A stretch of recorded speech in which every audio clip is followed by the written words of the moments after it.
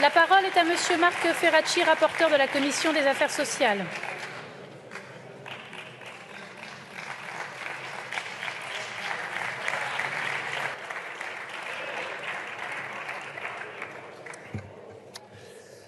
Madame la Présidente, Madame la Ministre, Monsieur le Ministre, Madame la Présidente de la Commission des Affaires sociales, chers collègues, le cœur de la bataille à mener dans les prochaines années, c'est le plein emploi. Voici le cap fixé par le Président de la République lors de son allocution du 14 juillet dernier. Cet objectif, chers collègues, nous l'assumons pleinement. La France n'est pas condamnée au chômage de masse.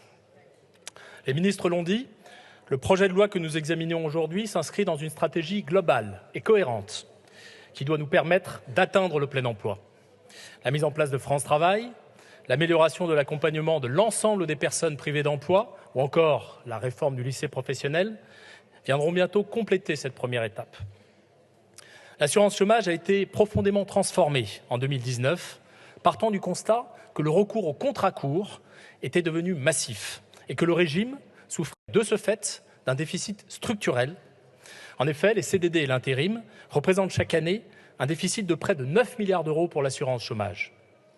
À cet égard, et bien que la crise sanitaire ait retardé le déploiement des mesures adoptées en 2019, nous pouvons déjà nous satisfaire que la reprise soit riche en emplois durables, avec une baisse de la part des CDD de moins d'un mois dans les embauches. C'est pourquoi il est nécessaire de prolonger les règles d'indemnisation actuelles. C'est l'objet de l'article 1er du projet de loi qui permettra au gouvernement de déterminer par décret les règles de l'assurance chômage jusqu'au 31 décembre 2023. Cette prolongation répond à deux objectifs. Le premier, empêcher qu'au 1er novembre 2022, des millions de chômeurs ne puissent plus percevoir leur indemnité, faute de base juridique.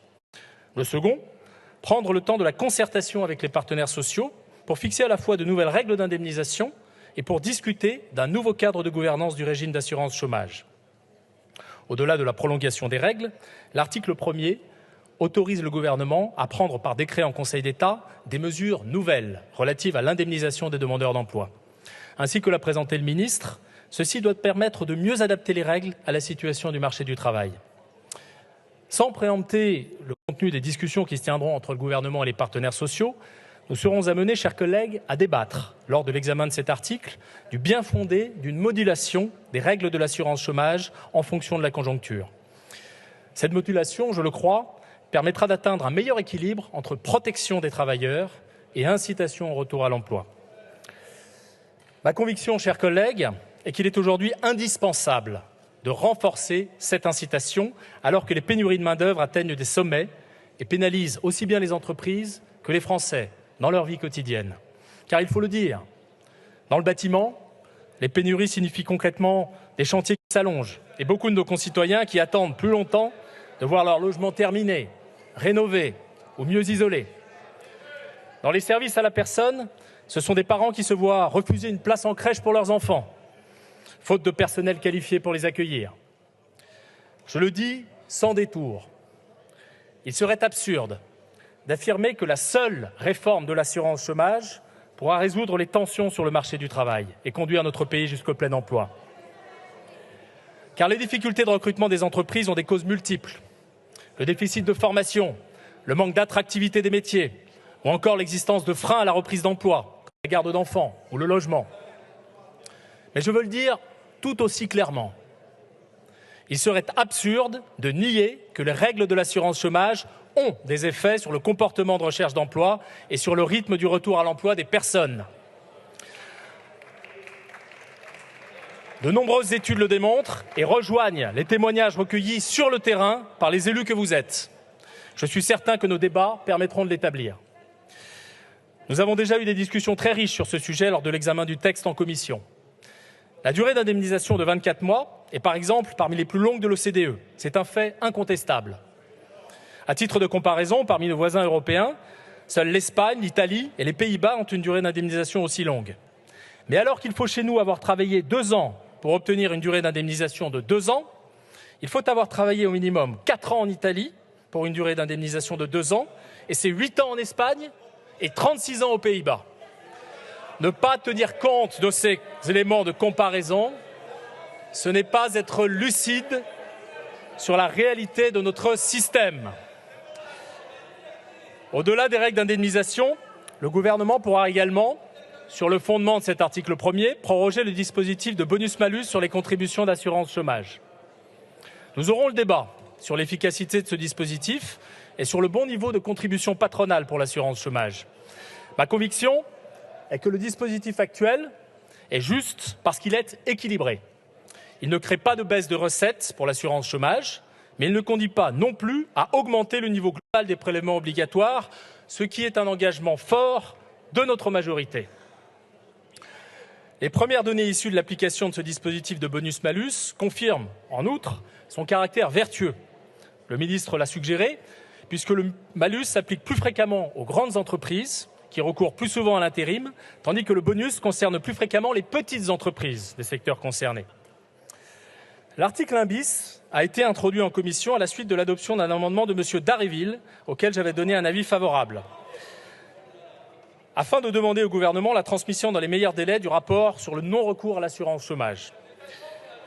Le gouvernement ayant transmis ce rapport vendredi dernier au Parlement, je vous proposerai de supprimer cet article qui n'a plus de raison d'être, même si nous reviendrons, je n'en doute pas, sur les conclusions de ce rapport dans nos débats. L'article 2 du projet de loi vient accompagner la mise en œuvre du bonus-malus en autorisant la transmission aux entreprises de la liste de leurs anciens salariés inscrits à Pôle emploi. Cette mesure, nécessaire, adéquate et proportionnée, permettra une meilleure appropriation du mécanisme par les entreprises et assurera par là même son efficacité. Il s'agit de les inciter à substituer à des contrats courts des solutions d'emploi plus durables et plus sécurisantes pour les salariés. L'article 3 vise à sécuriser la tenue des élections professionnelles. Le projet de loi garantira à tous les salariés, y compris ceux pouvant être assimilés aux chefs d'entreprise, la possibilité de voter à ces élections. Cet article rappelle notre attachement au principe essentiel de participation des travailleurs, qui est inscrit dans le préambule de la Constitution de 1946. Par sa décision, qui nous mène aujourd'hui à légiférer, le Conseil constitutionnel a rappelé que les restrictions apportées à ce principe devaient être fondées sur des critères objectifs et rationnels. L'article 4 du projet de loi, Madame la Ministre en a parlé bien mieux que je ne le ferai, s'inscrit dans l'objectif de lutte contre les tensions de recrutement. La validation des acquis de l'expérience est un dispositif qui fait l'objet d'un consensus social depuis 20 ans, mais qui reste paradoxalement trop peu utilisé. La version initiale de cet article proposait d'une part de mieux valoriser les périodes de mise en situation professionnelle et d'autre part de permettre l'accès à la VAE aux proches aidants. Nous pensons que l'ouverture explicite de ce dispositif aux proches aidants permettra de faire valoir leur expérience singulière sans toutefois la cantonner à sa seule dimension médico-sociale. Nous avons eu, Madame la Ministre l'a dit également, l'occasion, grâce à l'initiative de plusieurs groupes politiques, d'enrichir encore le dispositif initialement prévu lors de l'examen de cet article en commission. Désormais, les candidats à la VAE pourront bénéficier d'un congé de 48 heures contre 24 actuellement, afin de favoriser la réussite du projet qu'ils portent. Les modalités de composition et de fonctionnement des jurys seront désormais déterminées par décret, afin d'introduire davantage de souplesse et de faciliter la constitution de ces jurys. Enfin, grâce à un amendement porté par M. Stéphane Viry, nous tiendrons mieux compte à l'avenir des périodes de stage, de formation ou de mise en situation professionnelle. Je partage plus largement la volonté du gouvernement de créer un véritable service public de la VAE, auquel participeront tous les acteurs. La feuille de route de l'exécutif se fixe l'objectif de 100 000 VAE par an. Cet objectif est atteignable. Donnons-nous les moyens d'y parvenir.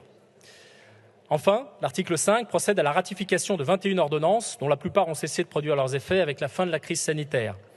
Cet article s'inscrit dans une pratique respectueuse des institutions et conforme à l'esprit de l'article 38 de notre Constitution. Il ne s'agit en aucun cas de rendre pérennes les mesures tout à fait exceptionnelles qui ont été nécessaires durant l'épidémie. Le vote de cet article ne confère pas non plus de nouvelles prérogatives au gouvernement qui devra, en tout état de cause, repasser devant le Parlement si les circonstances le justifiaient. Je vous remercie.